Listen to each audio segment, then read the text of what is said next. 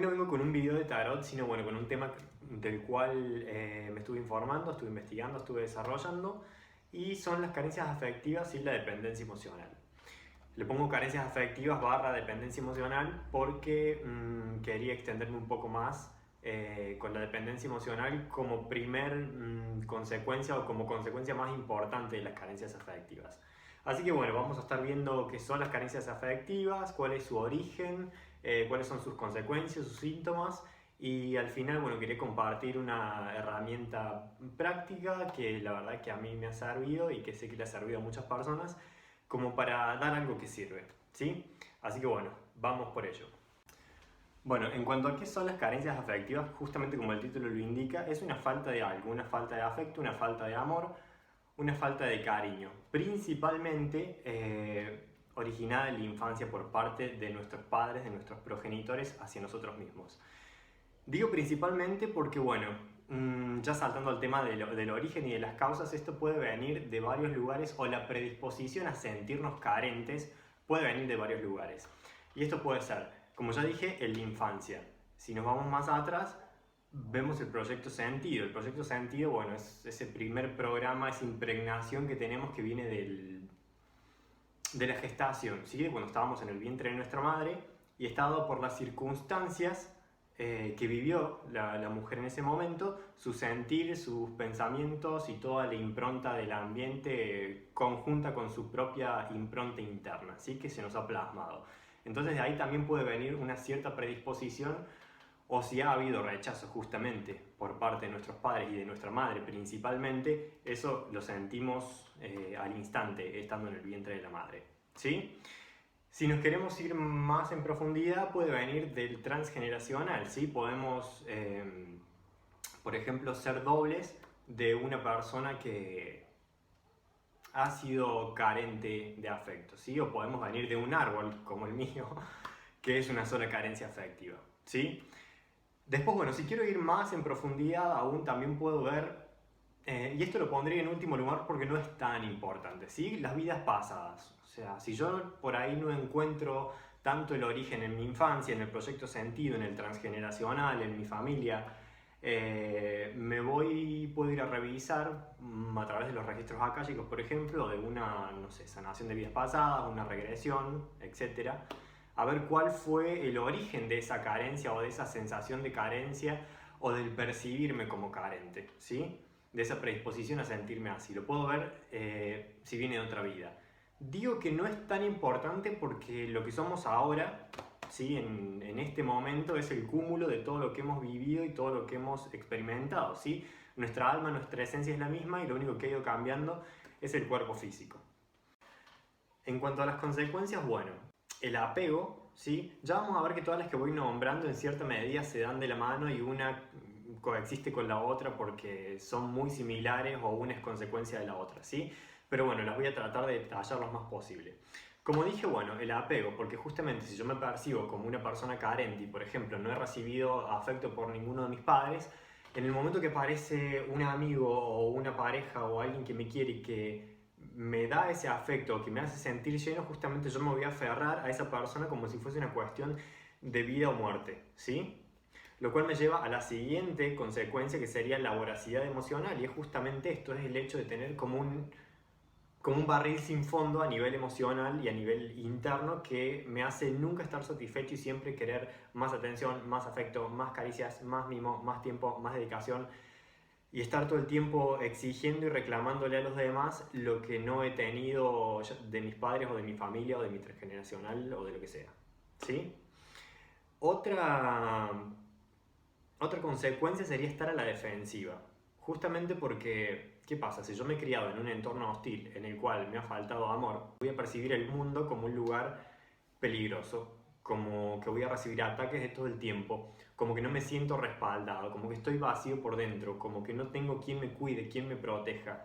No he tenido ese amor que me ha llenado desde adentro hacia afuera, que me ha hecho sentir protegido, que me ha hecho sentir lleno. Entonces, ¿qué pasa? Empiezo a desarrollar un montón de habilidades, no sé, de defensa mental, defensa física, defensa emocional, defensa energética, y voy desarrollando un montón de habilidades y armas para defenderme de ese entorno que yo creo que es hostil y que termina siendo hostil porque gracias a mi predisposición interna yo lo termino creando, ¿sí? O me termino exponiendo a cruzarme o a ponerme en situaciones de hostilidad en la cual yo interpreto que voy a recibir ataques todo el tiempo que al final termino recibiendo. Entonces, bueno, ¿qué pasa? Tengo que tener un montón de espadas, escudos y armas para defenderme, ¿sí? Después, bueno, la siguiente característica sería la inseguridad emocional, ¿sí? Y esto también, bueno, puede derivar en celos, control, posesión y está muy relacionado al apego. Como ven, están todas relacionadas, ¿sí? ¿Qué pasa?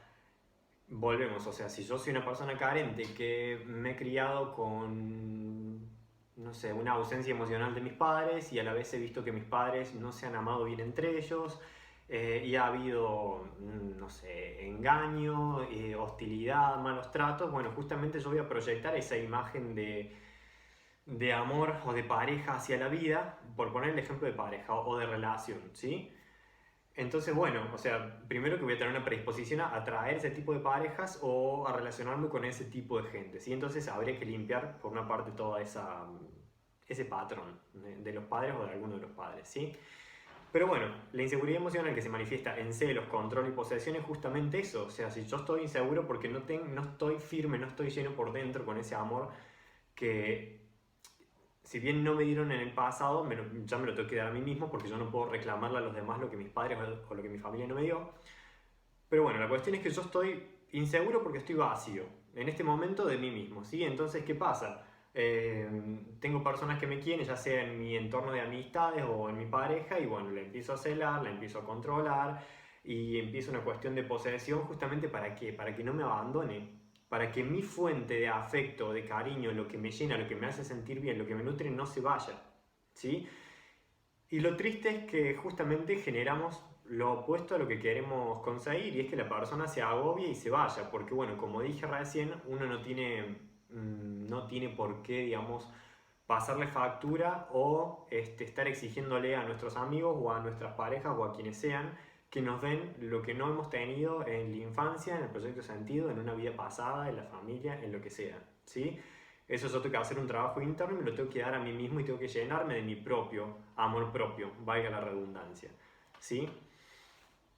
Otra de las consecuencias que también me gustaría nombrar es la promiscuidad, justamente porque el sexo a nivel inconsciente es un sinónimo de afecto y aunque sea que yo esté 2 horas, 1 hora, 20 minutos o el tiempo que le lleve a una persona a tener relaciones sexuales, a veces 10 minutos, justamente durante ese corto periodo de tiempo lo que voy a hacer es sentirme querido, sentirme tocado, acariciado. ¿Sí? Lo que pasa es que no voy a llenar nunca ese vacío, voy a necesitar más parejas, más sexos o más gente con la cual acostarme justamente para llenar ese vacío, ¿sí?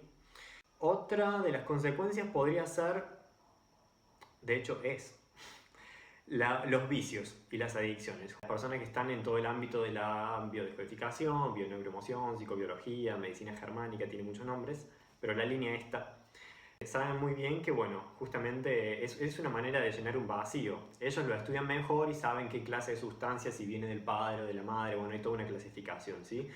Pero es una manera de llenar un vacío. Así como yo mencioné anteriormente que la promiscuidad me sirve para tener durante ese corto periodo de tiempo la atención, el tacto, el cariño, el afecto, el calor de otra persona y por lo tanto sentirme querido, puedo hacer lo mismo con el alcohol, con la droga, con la comida, con el juego, con las adicciones blancas, que es justamente la adicción a las personas, por ejemplo, que está todo relacionado con lo que dije anteriormente.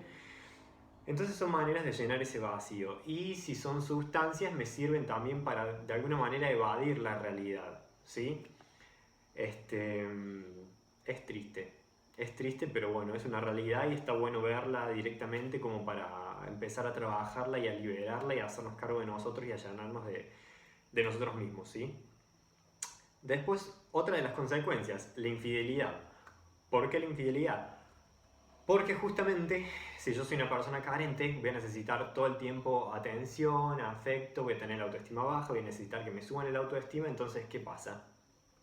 A lo mejor mi pareja solamente no me va a alcanzar para eso y voy a necesitar estar seduciendo todo el tiempo o saliendo de conquista ¿Justamente para qué? Para tener la atención de la otra persona, ¿sí? Y esto también lo puedo enlazar con la promiscuidad y me sirve para llenar ese vacío del cual hablé anteriormente. Entonces, esta es una situación que predispone a la infidelidad. Una persona que se quiere a sí misma, que está llena de sí misma, que tiene amor propio, no necesita estar acostándose con 1.000.000 de personas porque no tiene ningún vacío que llenar.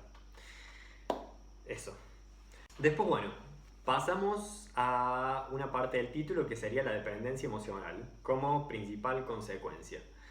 Y acá, bueno, quería extenderme un poco más y hablar de un libro que leí que está muy bueno y que me parece que tendría que ser bibliografía obligatoria en todos los colegios, universidades, porque es muy necesario, que es el libro Mujeres que aman demasiado, de Robin Norwood, ¿sí? La psicóloga estadounidense, si no me equivoco.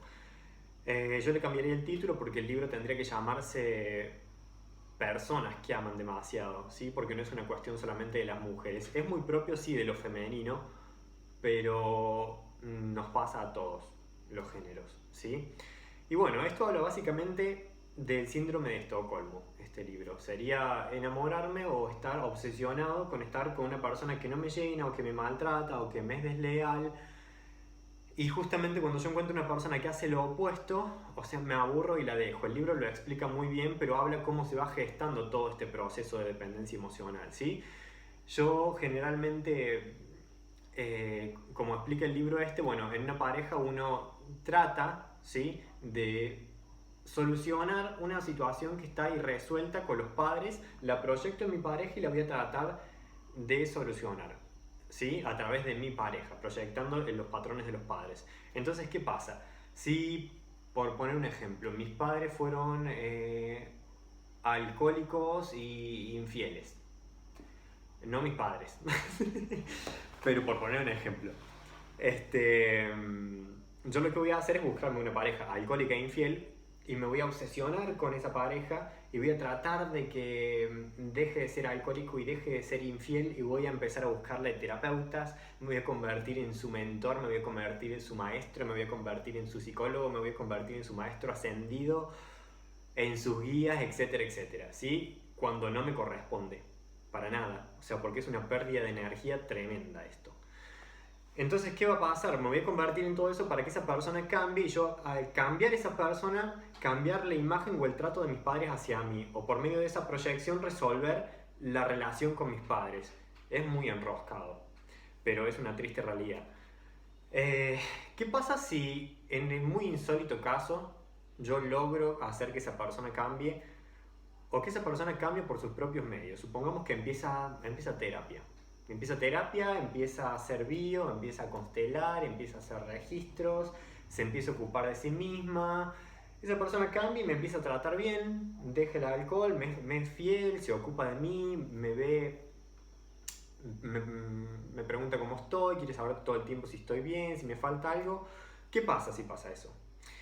Lo que va a ocurrir es que yo me voy a aburrir y me voy a ir a buscar a otra persona complicada. Así somos los humanos. No nos extinguimos de milagro. ¿Y por qué pasa esto?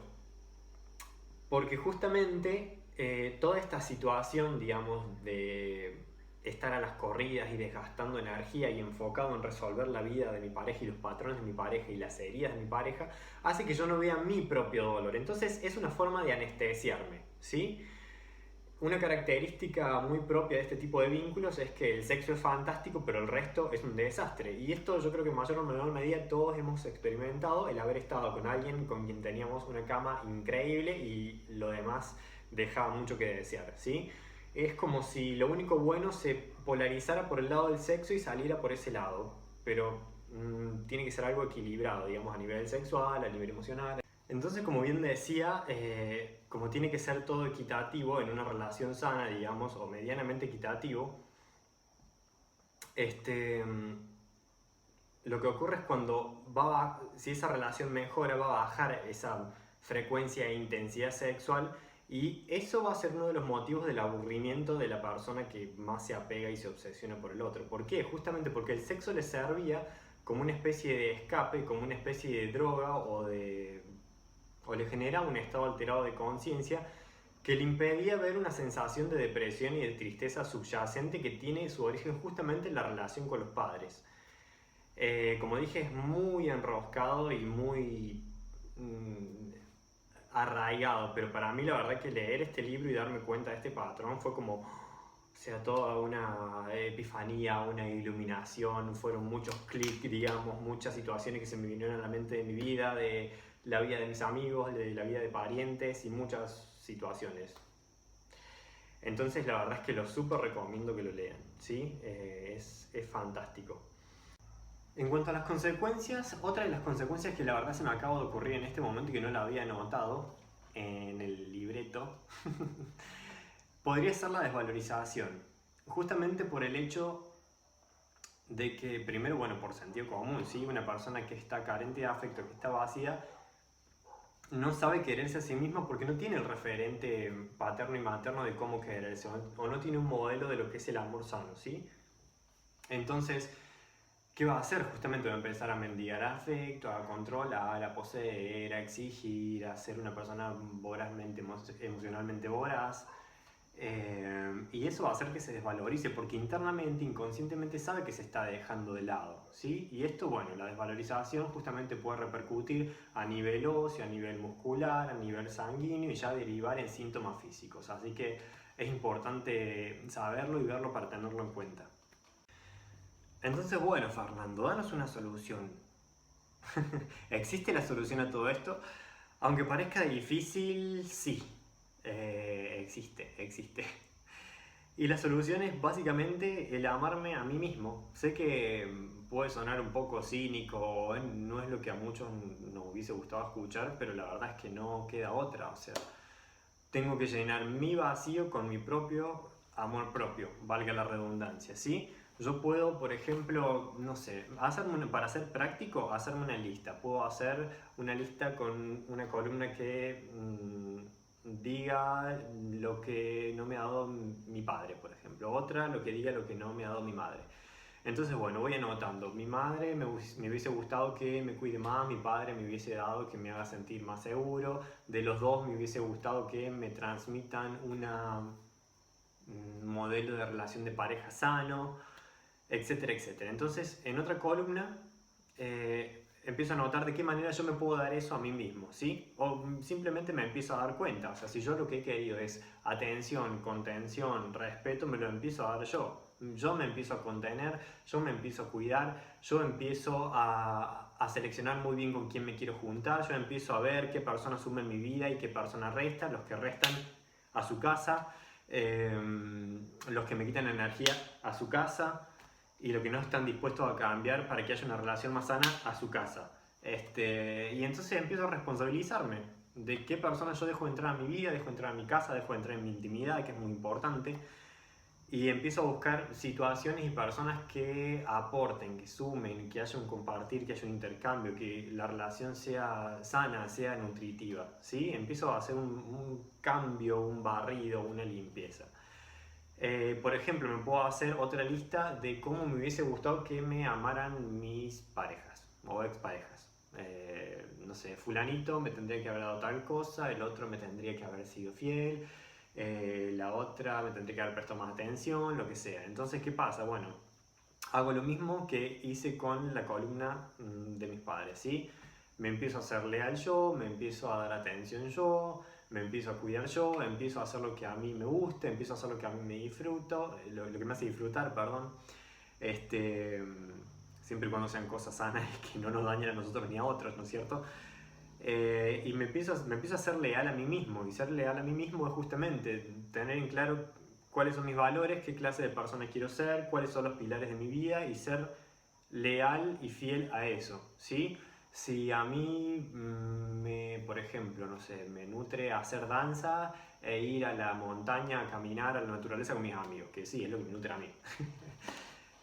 Yo no puedo dejar de hacer eso por estar con una persona o estar con una persona que le moleste que yo haga eso, porque yo me estaría haciendo desleal. Entonces empezarían a aparecer personas que me son desleales e infieles para despejarme y mostrarme la deslealtad a mí mismo, ¿sí? Cómo me estoy dejando de lado.